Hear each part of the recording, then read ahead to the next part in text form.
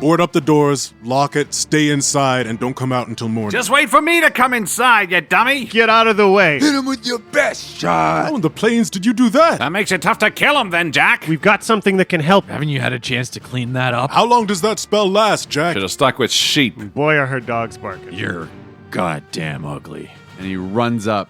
Let's see. Is he going to hit? Oh, yeah, with a natural 20. Oh, that's very good on this roll.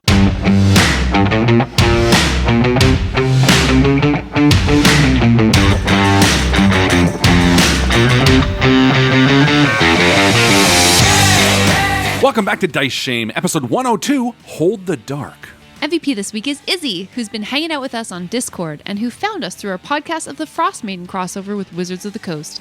Hey Izzy, this one's for you. Coming at ya. We are happy to announce that Dice Shame has a new merch store.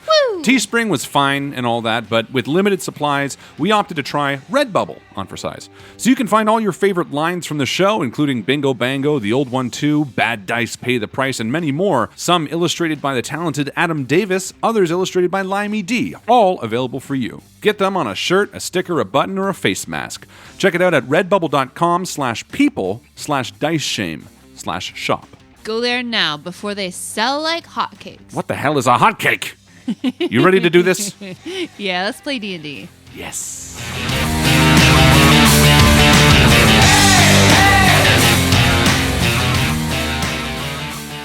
So you're standing in Firth's house in the darkness, the smell of rotten sheep flesh pungent in your nostrils. Your hearts are pounding with adrenaline from just having convinced a bloodthirsty mob to dissolve. And then, a scream from the streets outside, and Alette runs into view carrying human remains. Kraloth, you're standing at the window and you see that villagers have started running in all directions. Yeah. Alette is trying vainly to rally them. You have weapons! Your children are safe in your houses! Let us find this beast! We must strike now! But no one seems to be listening to her, and she stalks off in frustration, drawing her greatsword. And Kraloth runs to the door, concern painted on his face, and says, "We have to go help them," and begins marching down the walkway towards them. A snowstorm is gathering, Kraloth, and the flurries fly around past your face in the wind as you look out at the scene of chaos. A few hundred feet away, someone's house is on fire now. A dropped torch on the road gutters fitfully, shedding a dim pool of light. Nearby, you watch as a small family flees into the forest, the parents holding axes and lanterns, children clinging to each other. This isn't right. This is foul. I think Red turns to Furf and he's just like, stay here, stay quiet, and he removes the manacles, because like, what the fuck is he gonna do? But stay here, and maybe clean up some of these heads. Kieran, stay with Firth. Okay, boss. And stay quiet, you can't be seen, so if anyone comes looking for you, they don't know you're here. All right, friend. I really think Red, like, as, you know, stands next to the door, and I think he looks at that letter quickly. Okay. So I think Red just quickly pulls out the small letter and opens it very delicately in case Furf is watching and just reads what's inside of it. Dear Reynard, forgive my abruptness, but you are in grave danger. The man you describe clearly carries a dark curse. You must flee with your son to my estate. We have ample stores laid up for the winter and can shelter your family and friends. Accompanying this letter is a magical ring. It has been endued with a spell that will suppress this man's hunger for a short while. It should be enough to facilitate your escape. It has been charmed to attune to you quickly, as I fear the danger is near. Please do not trouble yourself with a response. I will see you soon enough, your friend in joy and strife, Marina Cindergather. This ring. Jack, and I hold it open. What kind of spell is on this ring? The fastest way is to attune to it. I'll put it on my finger. You have in your hand a magical ring of spell storing. Oh. Currently, there is one spell stored in it. Additionally, a character can attune to this item in 1 minute. Red slips the ring on his finger and looks towards the other two and crosses his fingers and then heads out to join Kraloth. Kraloth is slowly moving towards the chaos, his mace in his hand and his shield drawn. Kraloth, you hear the sharp beat of a hammer Someone is trying to board up their home nearby, and a man screams in pain somewhere close by in the darkness, maybe 2 or 3 houses over. I feel like Red and Jack flank him on either side, with Kraloth in the lead as we're all walking. Like, Red's bow is drawn, pointed down. Kraloth has his, like, mace out, and Jack has, like, fire just licking from his fingertips. And we're, Absolutely, like, walking yeah. as the snow's falling around us. Doran follows you guys, axe drawn. Let's do this, brother. Yeah. Together. At the sound of this screaming man, Kraloth moves towards that. That sounds like the source of where this, Yeah. whatever it is, could be. You run, you turn the corner, and you come upon a grisly scene.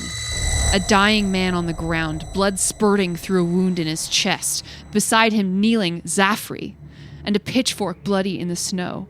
Zaffrey turns his pale face up to you in disbelief and horror. I heard a noise. I thought it was the monster. He came around the corner so fast. Dad! The man gurgles in response, blood seeping out of his mouth. Kraloth runs up to this dying man and immediately puts his hands on him and says, "It's okay, all right, I'll see what I can do." We'll do everything we can. I'm going to do a medicine check. Is there any hope? That is a 16. He's got about 3 rounds in him, and then he's gonna die. You're going to be okay. Red, let's cure him up. Yeah, Red slides down next to him and places his hands over, and I'm going to cast Cure Wounds just at a level 1. Let's get him stable. That's more than enough for a commoner. Well, could we do spare the dying on him to make him stable? He's not dead yet. Yet. Let's kill But him. If you wait. And then You only got Just 3 wait rounds 3 to- rounds and then... Either way, I'll spend the spell slot and cure him up for 6 hit points. Cool, yeah. His breathing evens and the wounds close underneath your hands. And he closes his eyes in repose. And Zaffrey says, "Is he going to be all right?" He's going to be okay, but get him somewhere safe. Hey, where does Renzo live? He points vaguely in the direction of the center of town. I could snap and pull up a map of the town from above, just to get the real answer of where's Renzo live, just so we know where we're headed. Yeah, he stabs a finger down decisively on the map. before you go, where do you live so that we can check up on him later? This is my house.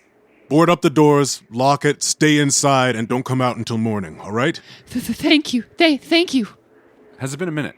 Yeah, it's been a minute now. Perfect. Okay. So you attune to this rare ring, and you find that it has the spell Remove Curse already stored inside of it. The remaining slots are empty. Okay. I'm getting the sense of where omnivore, big furry thing, my guess is maybe bear or something. A remove curse might be like unbear him for a minute. A werebear? Or aware something, but that's kind of the vibe I'm picking up. I can do it.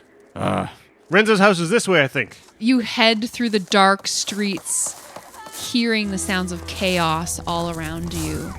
There are a couple of villagers who have set themselves up with short swords and crossbows, and they are making patrols of the street, and they nod at you as you pass by.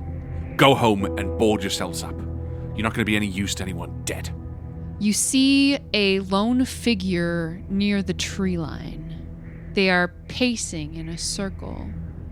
You guys see that? And Kraloth begins walking towards it. A dog starts barking and baying nearby, identifying the figure as Elette. She notices your approach, she's paying attention to the dog's reaction, and backs off, squaring herself to you and readying her sword. You see that she's been examining the mangled corpse of some animal. Keep your distance. I'm no easy victim. Alette, What are you talking about? we mean you no harm. Stay away from me.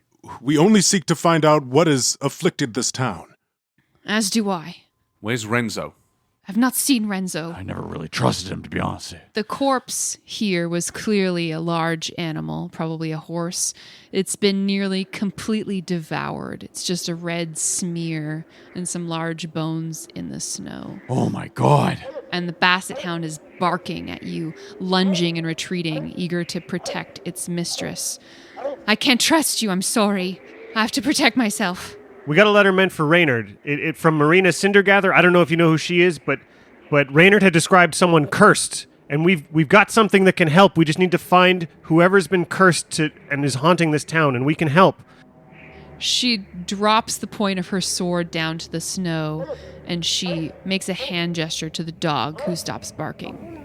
And she says, "If Renzo is behind this, I don't know what I'll do."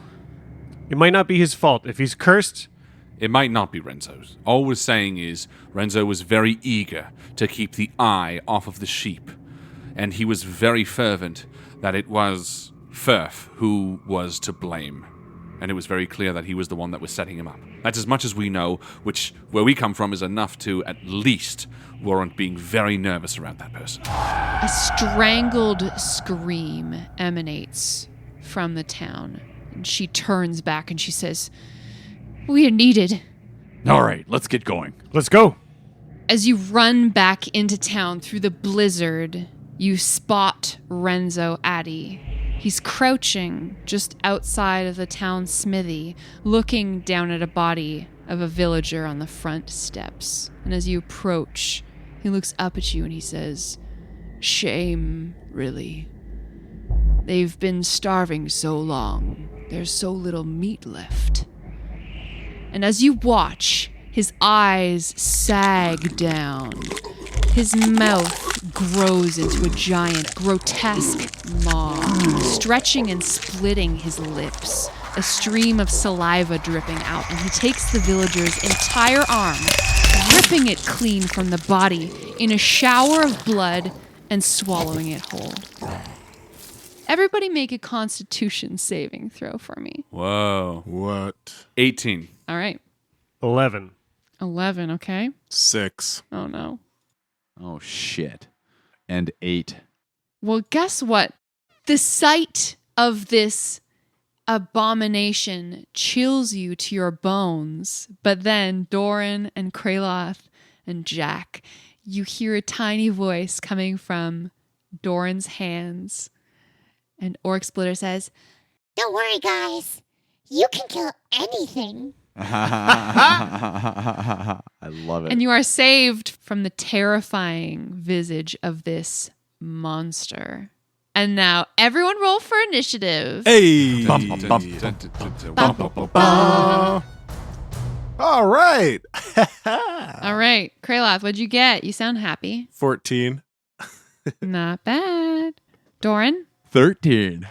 Jack? I'm swinging all over the place. I rolled a 2, so I got 7. And Red. 14. Kraloth, do you want to go first or Red? I wouldn't mind going first if it's all the same to you, Kraloth. Sure.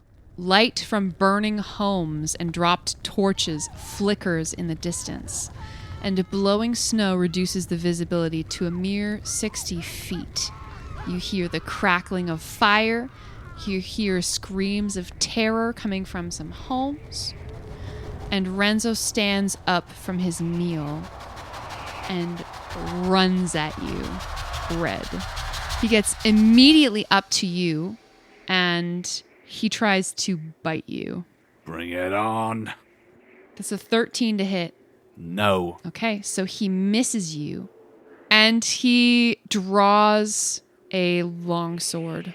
I think Doran scoffs like that. Scoffing is a free action. You can just do that. But he uses your reaction. That's right. It's the official rule. Red, it's your turn. You have this creature up against you, this human. Red looks him dead in the eyes and says, "That's enough of this." And he places his hand on this creature's body, and he's going to cast Remove Curse Ooh. using the ring he just attuned to. All right. So you touch this creature, and his mouth sort of shrinks back to normal size, and he just starts panting in fury. So Red touches him as Remove Curse is cast, and then he steps back and runs 60 feet behind the group so that he keeps this creature in his eyesight. Cool. Kraloth. Take him down. Kraloth sees Red do this, and he hasn't seen the ring. He doesn't know anything about this. He's like, "How in the plains did you do that?" And he steps forward into Red's place directly. He's going to say, "Doran, hit him with your best shot." And he's going to use Path to the Grave on Renzo so that the next hit does double damage. Gotta hit him with your best shot. Thanks, Doran. Doran, it's your turn. Doran hits him with his best shot. Good. And he runs up. Let's see. Is he going to hit? Oh, yeah, with a natural 20. Oh! So, that's very good on this roll. okay, 68 damage. Wow. 68 Fuck points of yes. damage. All right. That's not nothing. That was your first attack. Oh, yeah. That's right. I have 2. So that's going to be 22 to hit, Nice. Hey, Yep. good stuff. 9 damage. Okay. Plus, I am going to use my action surge. Mm-hmm. Nice. 1 additional action, which is going to be an attack. 18 to hit, Yes. Nice. 17 damage. Okay. Nice. Whoa. So that's another 22 Yep. Nice. to Hey. hit. 14 more damage. My turn's complete. Well done. You did 108 points of damage in that round. Holy This That guy is was- not dead? Substantial. The record. Good job. Holy He fuck. still got a head? You wield Orc Splitter with ferocity, hacking away at this monster, and he is still alive. She laughs maniacally. Yeah, Orc Splitter's loving this. This is great. Cool. Good job. Great job. Good round, Wow. Whoa. That was played. some pretty wild damage. Well, I couldn't have done it without my trusty companions. Jack, it's your turn. Jack looks at this bloody mess of a monster in front of him and finds this moment where we lock eyes and says, "Friend, you're outnumbered. You have just been chopped in half in less than 6 seconds. Surrender and be at peace." And when he says those last words, he fills them with all the magic he can. He puts his spells, secrets in there to target this thing's mind directly. He fills this suggestion with as much alchemical casting to make it as hard to resist as possible. Friend, surrender and be at peace. And I would like an intelligence saving throw with a DC 18. Okay. It's going to be a tricky one. Nice. I rolled a 19. No way. Man. No way. Rude. It's okay. I wanted a chance to fucking kill this thing as Does well. anything happen on a success? I don't Yeah, think so. he gets your lunch money. It's wine now, nerd. So many spell slots. I'm sorry, Rob. I rolled an 18 plus 1. Jack falls back a couple of feet to sort of head back towards the direction Red left to leave Doran and Kraloth between him and the monster, as is his wont to do. Jeez Louise. It is Alette's turn. She runs up to stand directly beside Kraloth and tries to stab Renzo with her greatsword. And she rolled a natural 1. Oh, Get Galette. out. What is up with your dice, Joe? No, Galette. Weighted dice. Top of the order. It is round 2. With this, we have a little bit of a change of environment. Uh-oh. The wind starts to pick up. Snow on the ground is being pushed up into drifts, supplying cover and allowing easier access to higher ground. So it pushes up against the side of the smithy, which would allow people to climb up onto the roof easily if they would like. Additionally, Red, you feel like if you were to try to make a ranged attack, you would have disadvantage on your attack roll because of the heavy wind. Impossible. Nothing makes me miss. Renzo disengages from the 3 strong fighters who are menacing him, and he runs into the snowstorm and disappears. Coward! Red, what do you do? You should shoot him.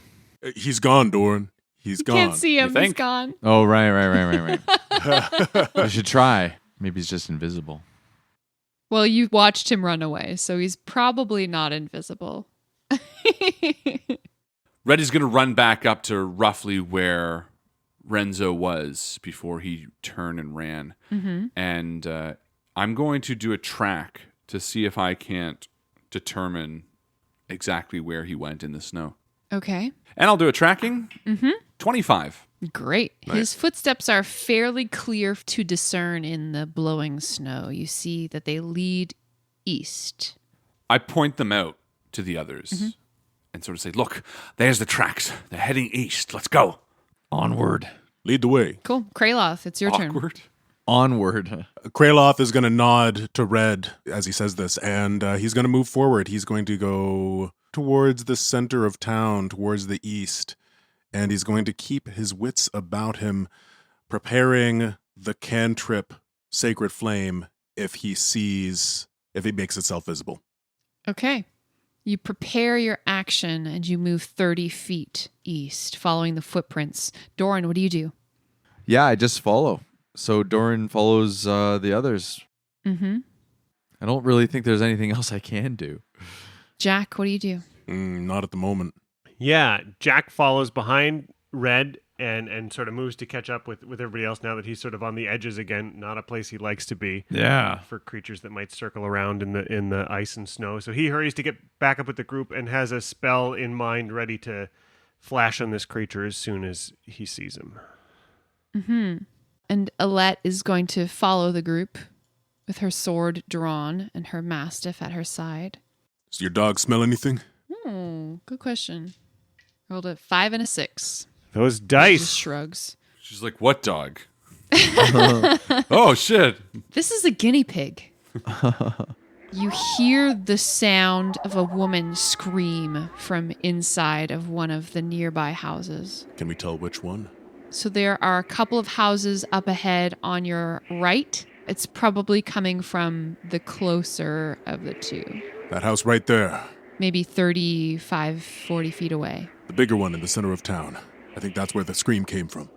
Let's go. All right. Red, it's your turn. Hearing this, Red will move up to the guys, and then he will touch the snow by his feet until it melts.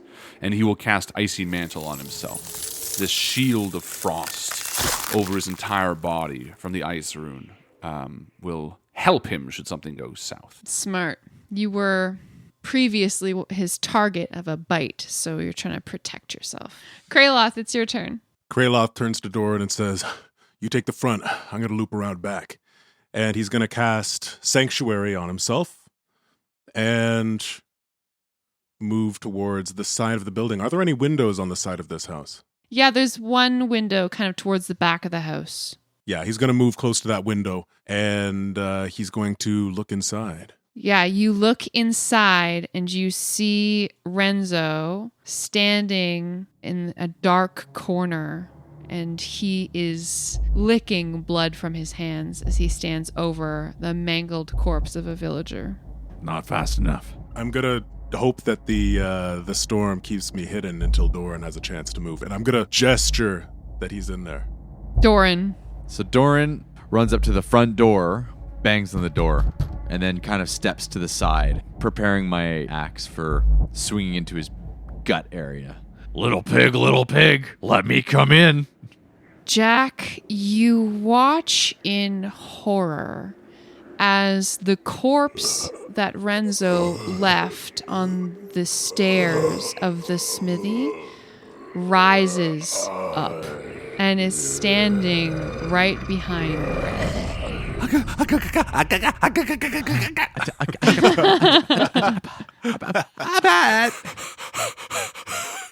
Red, this creature tries to strike you with its terrible claws and misses. Good. Are they terrible, like scary, or they're just actually like terrible? They're like Both. dull, Bad. They're short, very Both new. of them. nicely They're bad, trimmed. but they're also scary. Jack, it's your turn. Jack points at the house and he unleashes a new spell he's been thinking up. He points at the house, and everything from the corner of the house inside is filled with this 30-foot cube of bright, hypnotic, pulsing light. And so everything in a 30-foot cube, starting at that corner of their house and going sort of southeast. And he's putting all of his alchemical jazz again. He's spending so many spell slots to jazz these spells up because they might as well. So we're hypnotic patterning inside that whole 30-foot cube, and it'll be a wisdom save DC 18, and that'll cost all of the rest of my third level spells. So we're Wow. running on empty. It's a wisdom save? It is a wisdom save DC 18. I got a 17. Heyo! Ooh. And if there's All anyone else right. alive in there, they would also fall for it. But the pattern appears for a moment and vanishes. Each creature in the area who sees it must make a wisdom saving throw. On a failed save, the creature becomes charmed for the duration. While charmed by the spell, the creature is incapacitated and has a speed of 0. Nice. So hopefully it Okay. can be charmed. What is the duration of the spell? 1 minute while I concentrate on it. So you don't know if it's successful or not. I've tried to hypnotize everyone in the building. Don't shake them out of it if it looks like they're under my spell. We've got a minute to figure out something else. Who's that? What's going on back there? I heard you shout. Something's crawled up from the dead behind Red. I'm gonna get out of the way. What? This just got serious. It wasn't serious before. And Jack moves sort of off the road, sort of southeast, to get kind of in line with Kraloth, but put like a house and a brick wall between him and the last whatever the heck that is. If that's the case, keep an eye out for all bodies. Hate to state the obvious. That's a good point. They seem to come to life, eh? It's not the first time I've seen this. Oh, really? Alette makes a constitution saving throw. Was she bit? No. Oh. She succeeded, so she's fine. She moves towards this risen villager, this corpse, this undead, and she tries to slash at it with her greatsword. She hits once. Nice. Heyo! Go, Alette. The only time anyone ever cheers for a tax collector is when they're killing the undead. So death and taxes is really proving to be the truths are coming out here. She deals 10 damage. Nice. So this dude is, I guess, just going to chill for a little bit. Nice. That's right. Incapacitated, can't take actions or reactions. Red, it's your turn. Make a constitution saving throw. Oh. 17. Cool, you're good. Yeah, Nice. it smells real bad. Oh, phew. Good. All right, you're fine. What do you do? Red will pull out his bow and fire at this thing's head. You're right next to it. You're going to get disadvantage, right? Oh, I'm okay with that because I still hit with a plus 10, so that'll be 24 to hit. That'll hit. Doing 15 damage. Great. And then I'm going to move. It's gonna try to bite you. No, it will not. Why not? Because I am fleet of foot. At level 8, I got fleet of foot, which means after I attack, I can move away without provoking an attack of opportunity. Oh, no way. Ooh. I will never worry about that again. Way to go. Never again? I am going to move towards Kraloth by the window. And I'm going to cast Hunter's Mark. Kraloth. Okay, so Kraloth, seeing that this creature is, you said incapacitated, right? Yes. Can't take actions or reactions and has a speed of 0. And how long does that spell last, Jack? I've got him for a minute. Minute. Unless anybody hurts him or shakes him out of it. That makes it tough to kill him then, Jack. If he's cursed, it might not be his fault. He might not have done this to himself. I don't know. He seemed like kind of an asshole even when we met him in human form. We removed the curse. We already removed it, and he's still fighting. We gotta take him out before he gets to more of the villagers. If you want to kill him, he better be dead that time. Yeah. This window that's in front of Kraloth, is it open, or I guess it's not? Can I get in there? I mean, you could break the window. Kraloth hefts his mace and smashes in the window, and then Yeah. A shard of glass falls in the toe of the creature, and he is broken out of his hypnotism. and Kraloth vaults over this ledge and steps onto the hardwood floor and looks up, and there's this eerie sight of this writhing body on the ground next to the standing form of Renzo. Kraloth doesn't take his eyes off of Renzo as he steps into the room. There is another villager in the house that is also hypnotized. Okay. Kraloth is going to look down at this person at his feet, the one that Renzo just attacked. Can I do a medicine check on her to see whether or not she's turning? Yeah, you can. Okay. You can do a medicine check. 17. It's very possible that the outcome of this gruesome violence is that there will be another undead creature on your hands. And is it writhing right now, or is she dead? Dead currently. This other villager that's in the house, where are they looking?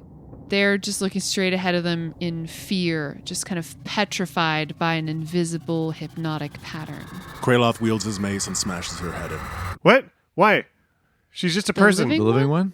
No. The No, one he that's means the the, devil. one that's yeah. Sorry. So Kraloth glances at this other villager, sees that their gaze is unseeing, and knows what he has to do. He turns Get rid of back the witness. to the corpse, hefts his mace, and smashes her head.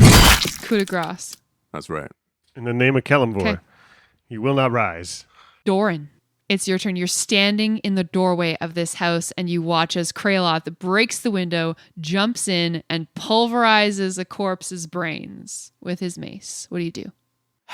You know what? Doran really doesn't know much else other than take out your enemy. So I think Doran's instinct is to barge in. You were listening to the conversation, right? So You know what's as going on. as Doran comes in, Kraloth is Yeah, going to say, but "Wait, like- wait! He's hypnotized right now. Jack has him under a spell, and if we touch him, he's going to come back to life, and he might attack other villagers." So Doran stands there with his axe wielded and like ready to strike, and he hears Kraloth say this. So, what? Orc Splitter's whispering to you. She's like, You have to kill. Get the villagers out. Save the innocents. Just wait for me to come inside, you dummy. Then we can do it all at once. Doran looks at the villager that's frightened and standing in the corner. He says, "Get out of here." He's frightened and It's can't standing move. in the corner. Oh, He's but you could hypnotized wake as him well. up. Yeah, you got to take an action.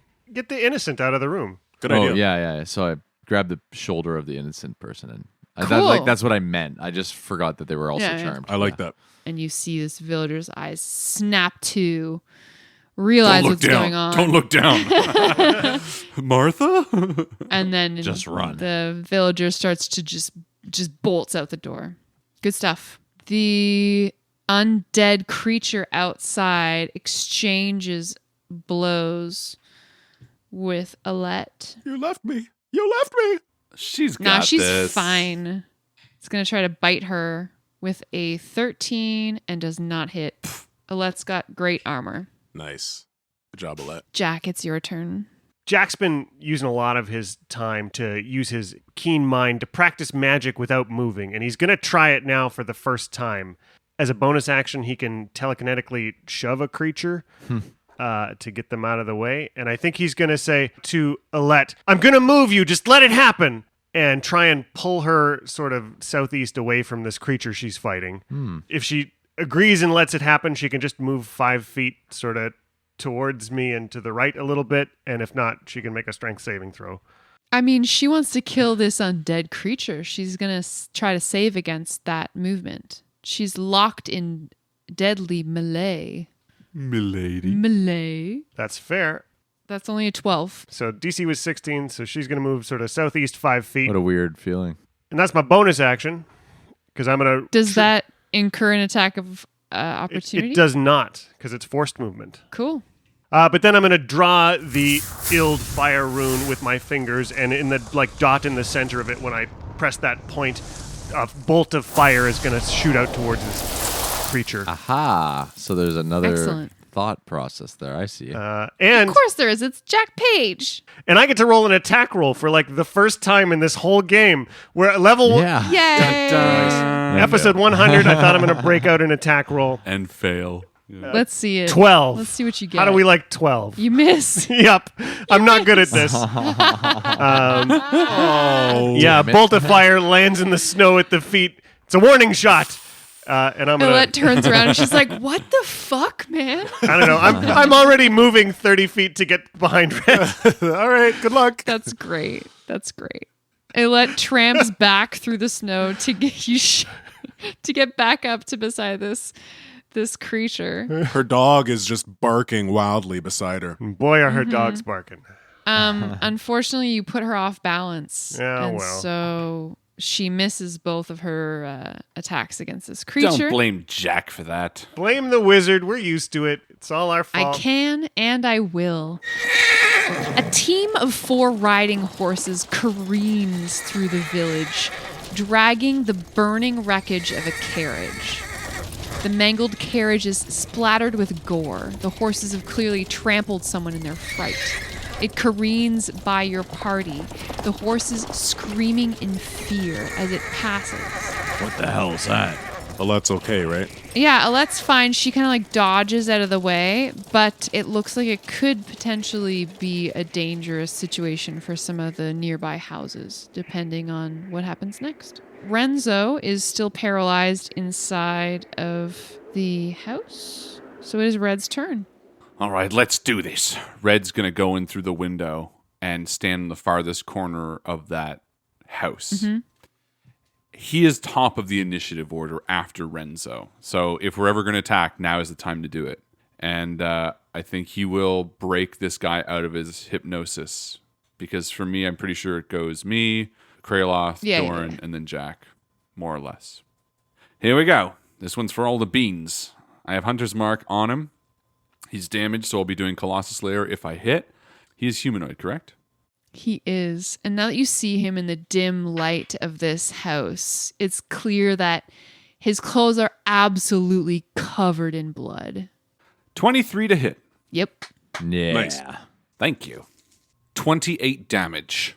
Excellent. Well done. And I'll attack again. Mm-hmm. This time I'm going to cast Fairy Fire. He's going to have to do a dexterity save.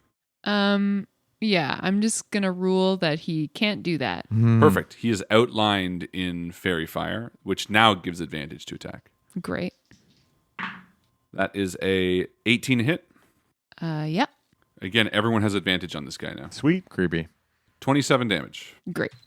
Now that he's not paralyzed anymore, he's looking back and forth between all of you, and he's just drooling uncontrollably. Should have stuck with sheep. Next up, Kraloth. Kraloth is going to cast Ray of Enfeeblement, Okay. which is going to be a concentration, and it's a ranged spell attack with advantage. Great. That's 17 to hit. You do. Nice. All right. So the target only deals half damage with weapon attacks that use strength until the spell ends. And then at the end of each of its turns, it can make a Constitution saving throw against the spell. Cool. Adoran's turn. Doran. Doran, it's your time. So Doran he moves up next to the creature and looks him straight in the eye and says, "You're goddamn ugly." And he swings and he... I'm going to roll again because that's going to be a... Okay, 19 to hit. Yes. Doing 17 more damage. Excellent. Doran pulls the axe out of the beast's chest. Cool. So this creature takes some arrows, gets a spell cast on it by Kraloth, takes some axe hits by Doran, and is still standing. Outside, you hear the roar from the undead creature as it's attacking Alette. The two of them just locked in their own personal combat. Jack, you watch as this creature claws her across the face and she staggers back, her hand clasped to where her cheek is bleeding.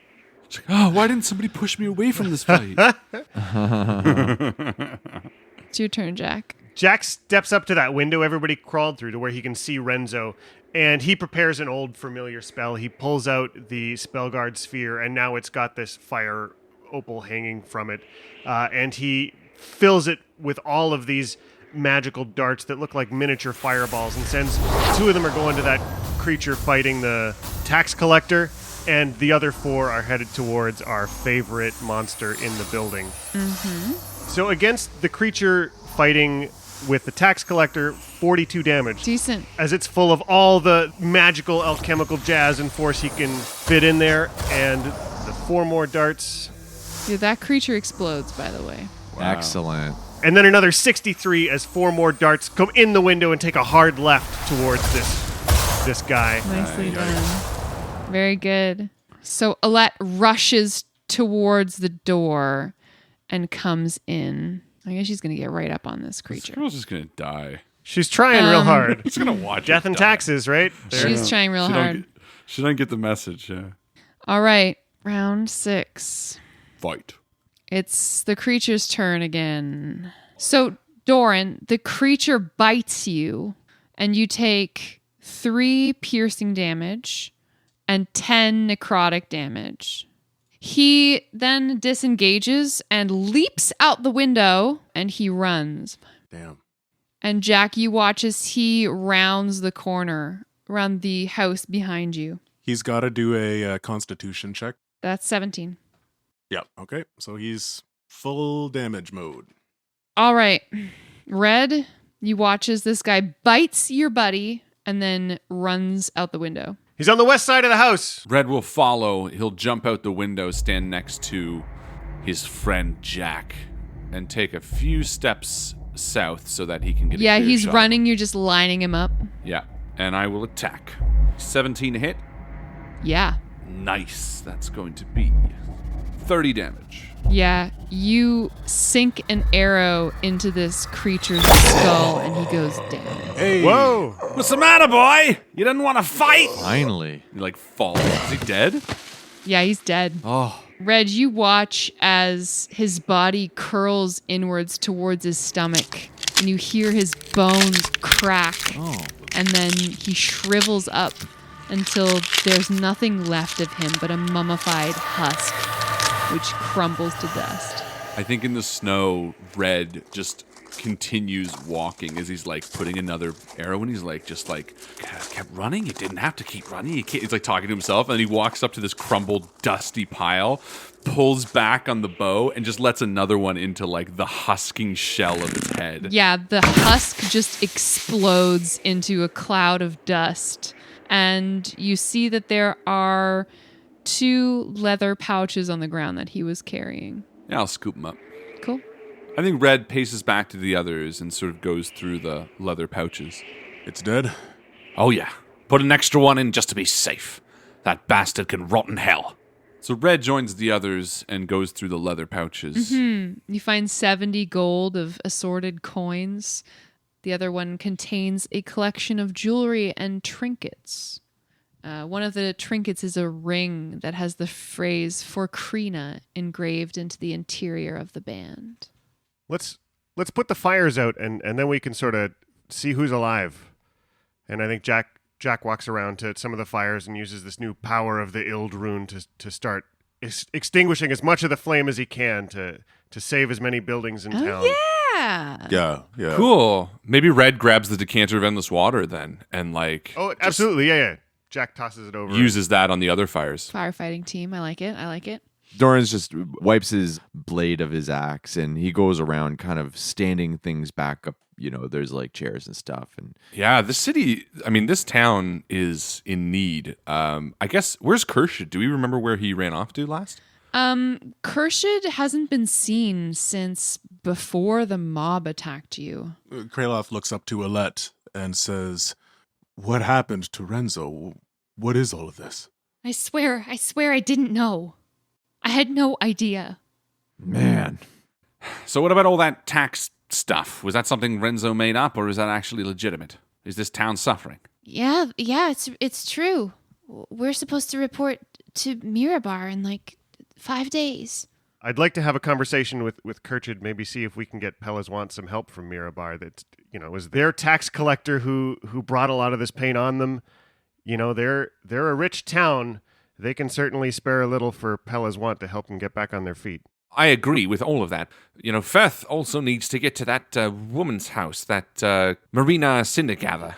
I'd happily take him there, get him there safely before helping out here. Yeah, it could be that the townsfolk are still suspicious of him. It's probably better that we take him now rather than wait until morning. That's my thinking. Yeah, no, I agree. I don't feel great about Firth heading there by himself. I feel like Doran looks around and he sees like the building smoldering, and then he sees how Jack's kind of put a lot of the stuff out, and then he looks into the dark forest that's surrounding us, and he says, "Yeah, you know what? I think I'm gonna go with Red and maybe just keep company along the trip. Who knows what's in those woods?" I'll join as well. Jack, Kalimvor speed. Yeah, sounds good. Take care, Jack. We'll be back in, I don't know, maybe an hour. Yeah. And I think Dorn, Kraloth, and I head back to Firth's house. And as we're walking back, Kraloth separates himself from the rest of the group and trudges through the snow, wiping sweat from his brow. Heavy breathing. He knocks on Zafri's door, who he had sent with his father, who had been injured into the safety of the house. And not sure what to expect on the other side, he's clutching. He's got his hand close to the hilt of his mace. After just a minute, the door opens a crack, and Zafri's face appears on the other side. Yes? Your father, how is he doing? He's fine. He's recovering. Thank you. Thank you so much. Good. The town is safe. Kraloth, knowing that Zafri and his father are safe, bids his thank you and farewell and heads back to meet the others. So you head back to Firth's home. It's, again, a 2-story house. It's larger than most, and you find it in good repair. It was not set on fire or anything, and he comes to the door when you knock. Oh, hi, friends. Hi, Firth. Sorry about what happened, friend. We know you were innocent, and happy to see you looking all right. Did anyone trying to break in? No, I was sleeping. Good. Doran kind of like peers in. God, the place smells like dead animals. Haven't you had a chance to clean that up? It kind of... No, No? I was sleeping. Yeah. That's okay. We wanted to thank you. That ring that you gave to us really came in handy. Oh, that's good. I'm glad. Look, we want to help you get to your friend's house, Kath Wraithright, whatever her name is. Marina Cindergather, I think it is, right? How far away is she? 15 minutes, 20 minutes? He leans out onto the porch and points down the road. Marina's house is that way, not far. Okay. Just down the road. Yeah, we'll take you there, bud. We'll come back and collect Jack. All right. Be on our way. Yeah, grab whatever things you need, Firth, and we'll be on our way. He bustles around the house just for a few minutes, putting some things in a backpack, and then he's ready to go. What is he collecting? It's like watching a kid pack a bag for the day, you know? It's like marshmallows and fortune cookies and It's a bunch of food, but it's also like... rubber bands. A single shoe. Yeah, like a spoon that he likes. Yeah. So, you know, like one shirt, but then also no pants. He's gonna Yogi Bear it. Oh, so maybe Doran's like, you might need an extra pair of pants, Firth. I like that, Alex. I'm going to give you inspiration. Hey! All right, let's get out of here. We got to come back and help Jack soon. So let's drop him off, and we'll be back before you can say bingo, bango. Oh yeah. It'll be real quick. You head off into the woods, following Firth, content in your very wrong opinions about how long you'll be gone.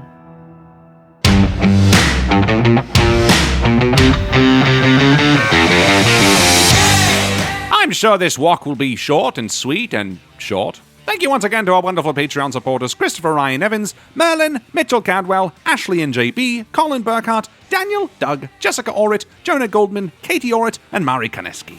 Oh, we owe you so much. Thank you.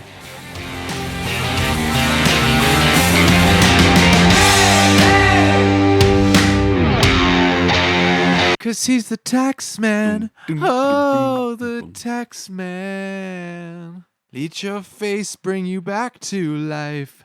He's got lots of things. He'll make you die. The curse came back. Boom, boom, boom, boom, boom.